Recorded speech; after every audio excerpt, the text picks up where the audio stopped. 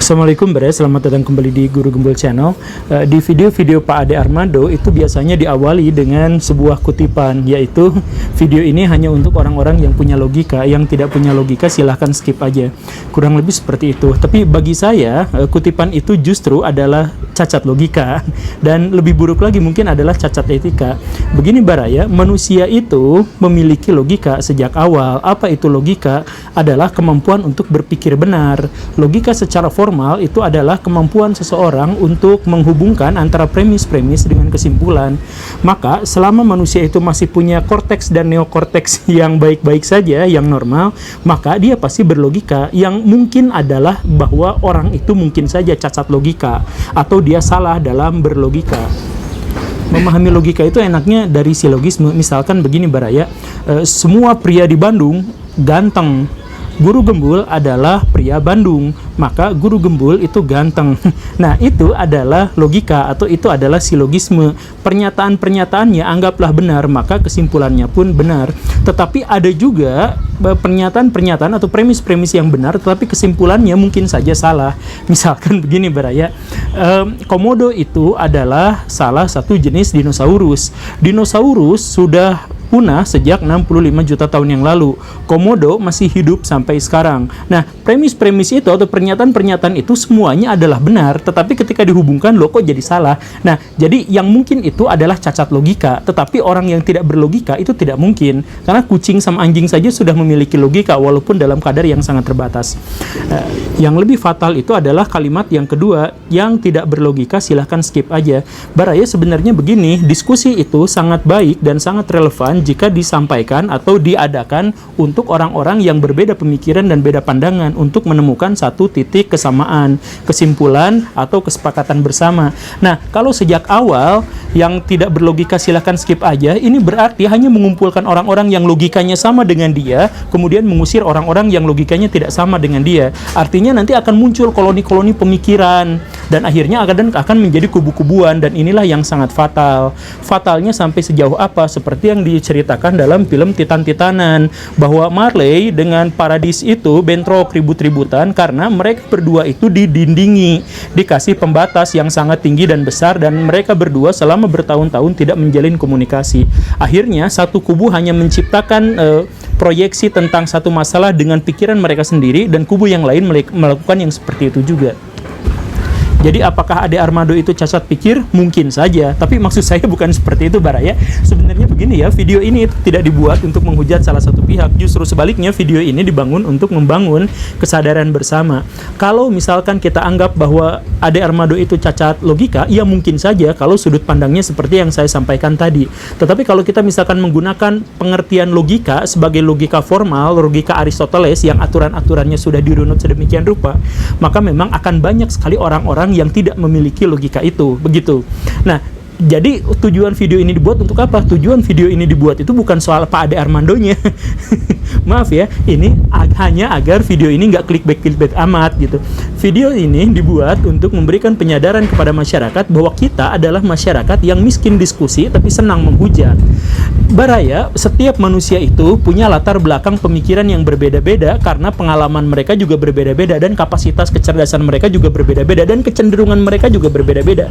Karena itu adalah satu yang normal dan suatu yang alamiah kalau mereka berbeda pendapat satu sama lain. Nah, tetapi karena manusia itu punya misi untuk mencapai sesuatu, dan manusia itu adalah makhluk sosial, maka perbedaan-perbedaan itu harus diakomodasi dalam bentuk diskusi. Kan begitu ya? Nah, di Indonesia itu diskusi itu susah sekali terwujud. Yang lebih sering terwujud itu adalah hujatan. Jadi ketika ada orang yang berbeda pendapat dengan kita, maka kita akan ambil ancang-ancang untuk menghujatnya, alih-alih untuk mengajak berdiskusi dengannya. Misal dulu kita pernah bertemu dengan Pak Ridwan Saidi. Dia dihujat habis-habisan, disebut wabangka, disebut sok tahu, dia disebut nggak ngerti soal sejarah dan sebagainya, hanya ketika dia mengatakan bahwa Sriwijaya itu adalah kerajaan fiktif. Saya sampaikan begini Baraya, yang menghujatnya itu adalah netizen-netizen yang nggak ngerti sama sekali soal sejarah dan nggak ngerti metodologinya. Tetapi orang itu menghujat karena mereka itu emosi, sakit hati. Artinya dalam konteks ini kita tidak terbiasa untuk diskusi, kita terbiasa untuk menghujat orang-orang yang berbeda pendapat dengan dia. Saya juga tidak sepakat dengan Pak Ridwan Saidi. Saya mengatakan bahwa Sriwijaya itu ada fakta. Tetapi kalau ada yang mengatakan bahwa Sriwijaya itu fiktif, saya hargai itu karena saya memahami metodologinya. Misalkan begini Baraya, sering saya sampaikan. Sejarah di Indonesia itu bermasalah karena interpretasinya lebih dominan daripada teks kerasnya. Dalam artian, kalau misalkan diambil contohnya adalah Majapahit. Orang-orang Majapahit menyebut negaranya itu Wilwatikta. Kemudian buah maja itu manis. Baraya mau hisap buah maja kayak gimana pun rasanya manis. Nah, dari mana kata Majapahit itu berasal? Kan Baraya gak akan tahu. Di Indonesia ada kerajaan yang namanya Kutai. Adanya di Kalimantan, di tepian Sungai Mahakam. Siapa rajanya? Mula Warman. Katakanlah seperti itu. Emang namanya Kutai. Sampai Baraya botak pun tidak akan menemukan fakta tertulis bahwa kerajaan itu namanya Kerajaan Kutai. Itu nggak ada. Baraya orang-orang Sunda senang sekali dengan cerita-cerita misalkan Prabu Siliwangi. Sampai detik ini kalau ditanya sejarawan Prabu Siliwangi itu siapa, banyak di antara mereka yang geleng-geleng kepala karena tidak ada konklusi yang nyata tentang siapa sesungguhnya Prabu Siliwangi. Nah, jadi dalam konteks ini sejarah itu memang harus ditelusur dengan metodologi yang sangat kuat dan dalam. Nah, orang-orang yang tidak paham, ya kalaupun mau diskusi silahkan, kalaupun mau kritik ya silahkan, tetapi jangan menghujat. Kan misal ya, Sriwijaya di Sumatera itu dulu ada kerajaan dan banyak disebutnya. Orang Arab menyebutnya Zabag, orang Cina menyebutnya Sanfosi atau Silifosi. Kemudian ada juga yang menyebutnya Sriwijaya, ada yang menyebutnya Dharmasraya, ada yang menyebutnya Melayu dan sebagainya. Bahkan misal ketika ada Raja Sriwijaya, Sriwijaya tanda kutip ya, yang masuk Islam, Sri Indrawarman, dia akan melakukan korespondensi surat-suratan dengan Umar bin Abdul Aziz di Damaskus pada waktu itu. Surat-suratan itu menyatakan saya adalah seorang raja yang memiliki gajah sekian banyak dan sebagainya, tetapi tidak disebutkan nama kerajaannya apa. Jadi betapa susahnya kita mengidentifikasi fakta-fakta keras dalam sejarah-sejarah nasional Indonesia karena memang catatan-catatannya kurang atau mungkin catatannya dicolong atau apapun itu, yang jelas catatannya kurang. Nah, dengan demikian maka kebanyakan yang kita pahami dalam konteks sejarah Indonesia itu adalah interpretasi.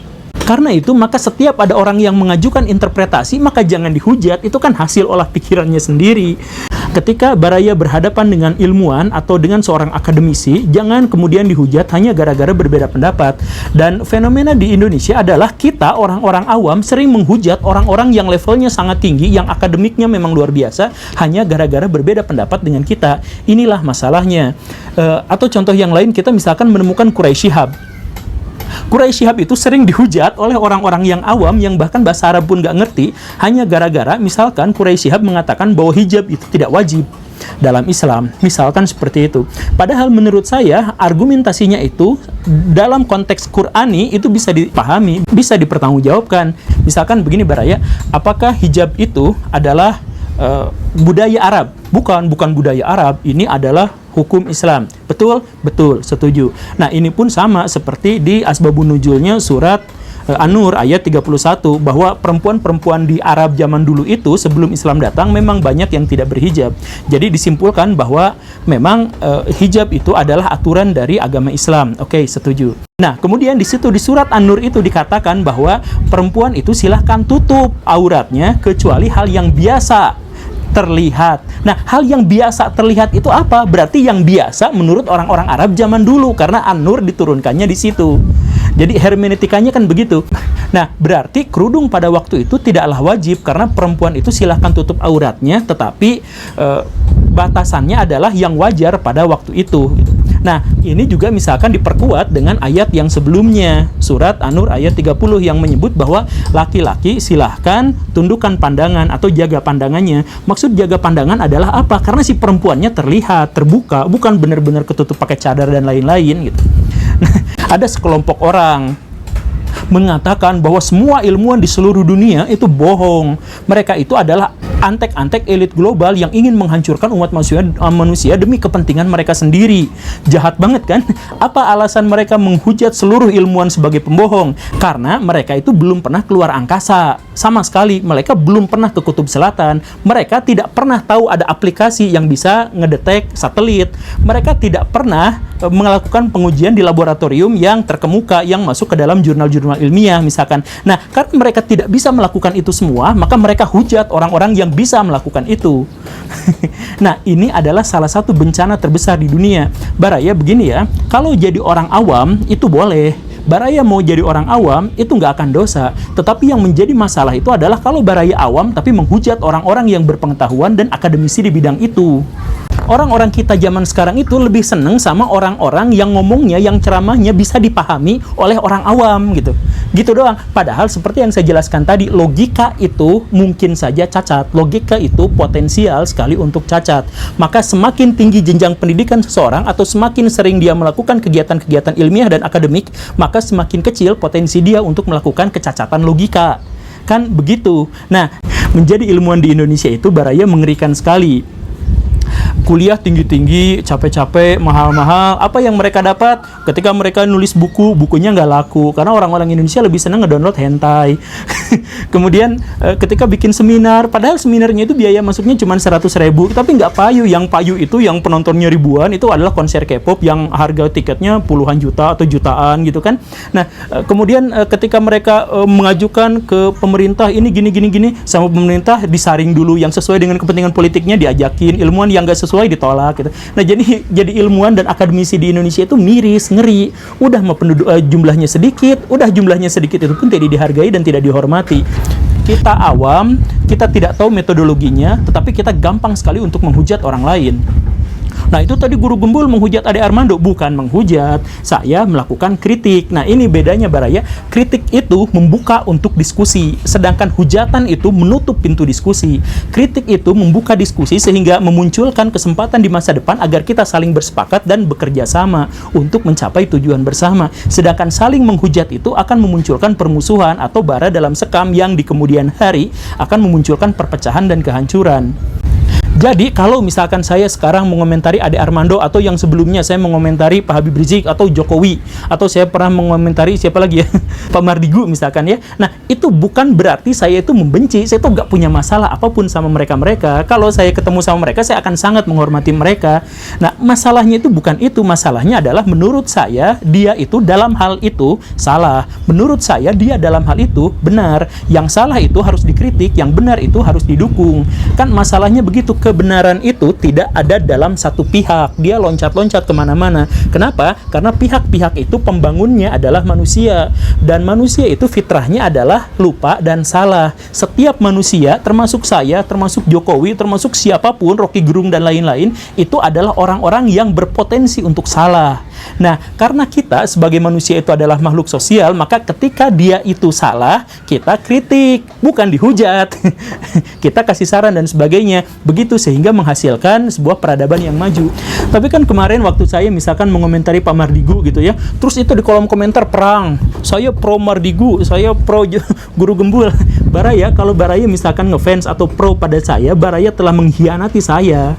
Karena saya nggak mau kubu-kubuan, saya juga nggak mau Baraya kubu-kubuan. Objektif saja, pengetahuan manusia itu terbatas, dan manusia itu kadang benar dan kadang salah. Saya kadang benar, kadang salah. Ikuti ketika saya benar, kritik ketika saya salah. Kan begitu baiknya. Kalau saya terus-terusan didukung, maka saya hancur intelektualitasnya, saya hancur karakter berpikirnya.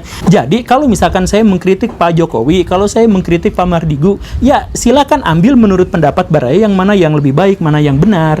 Ini malah hujat-hujatan. Dan yang lebih buruk lagi apa? Karena kita nggak ngerti metodologi orang yang sedang kita kritik atau yang sedang kita hujat, maka kita menghujat pribadinya. Kan banyak di antara orang-orang kita, dia tua bangka, dia nggak ngerti apa-apa, dia bukan ahli ekonomi, dia bukan pejabat, dia bukan apa, ngomongnya di bidang itu. Nah, kan mengkritiknya itu adalah mengkritik secara pribadi. Jangan Baraya, kalau mengkritik itu harus mengkritik pemikirannya. Kenapa? Kalau mengkritik pribadi, artinya Baraya mengkritik Tuhan. Karena pribadi itu diciptakan sama Tuhan. Lalu yang harus kita kritik itu apa? Yang harus kita kritik itu adalah pemikirannya, gagasannya, latarnya, sikapnya. Itu yang harus kita kritik. Dan karena yang kita kritik itu adalah atributnya, sikapnya, sikap orang itu berbeda-beda, maka dalam satu sisi kita bisa setuju, di sisi lain kita bisa saja menjadi tidak setuju. Kan wajar seperti itu. Ini saya lihat misalkan di kolom komentar KKY itu menghujatnya luar biasa, dan menghujatnya secara pribadi. Ini matanya gini-gini amat sih, ini bantet apa dan sebagainya. Coba bayangkan Baraya jadi orang tua dari KKY itu. Baraya rasakan gimana penderitaannya ketika kolom komentar anaknya dipenuhi oleh nada-nada seperti itu. Bayangkan bagaimana sakitnya. Saya pernah katakan Baraya begini, kalau Baraya dosa kepada Tuhan, misalkan menghujat Tuhan setiap hari, kemudian dalam satu hari Baraya tobat, kemudian minta ampun dengan ikhlas, selesai masalahnya. Tapi kalau Baraya menghujat seseorang atau menghina seseorang, kemudian tidak dimaafkan, Baraya mau sholat tanpa selesai-selesai, Baraya mau puasa nggak selesai-selesai, Baraya berjihad sampai mati syahid dan sebagainya, utang dosanya nggak akan bisa hilang. Makanya jangan kritik pribadinya atau jangan hujat pribadinya, tetapi kita menjadi objektif, menjadi manusia objektif dengan kritik pemikirannya. Buat apa? Bukan buat kebencian, buat tuduh-tuduhan, bukan buat hujatan, tapi untuk membangun diskusi yang sehat, yang membangun peradaban, yang bisa menciptakan kesepakatan antar orang-orang yang berbeda pendapat itu di kemudian hari. Karena begini Baraya, Patrick Star itu bodoh tapi bahagia, Squidward itu pintar tapi dia merana. Kenapa bisa seperti itu? Apakah gara-gara pengetahuannya? Bukan, tetapi gara-gara Patrick itu membangun persahabatan dan selalu berdiskusi dengan orang-orang, terbuka sekali dia. Sedangkan Squidward, dia menutup hati dan pikirannya, dia mengatakan apapun tentang dirinya atau apapun tentang lingkungannya buruk, jahat, dia melihat segala sesuatu dengan perspektif yang salah, sehingga tertutup. Nah, artinya kecerdasan atau kebodohan itu tidak berpengaruh terhadap kebahagiaan. Kalau Baraya mau hidup bahagia, maka lengkapi logika itu dengan etika. Karena ketika nanti Baraya sakit, atau ketika Baraya nanti misalkan meninggal, yang akan melayat Baraya, yang akan mengunjungi Baraya, dan yang mengurus jenazah Baraya, itu bukan orang-orang yang memiliki logika, tetapi orang-orang yang beretika. Mereka itu berpikir soal kebersamaan, toleransi, dan sebuah peradaban. Itu saja. Jadi saya harap video ini bermanfaat. Maaf saya mencatut Pak Ade Armando. Terima kasih karena sudah menyimak. Saya Guru Gembul. Assalamualaikum warahmatullahi wabarakatuh.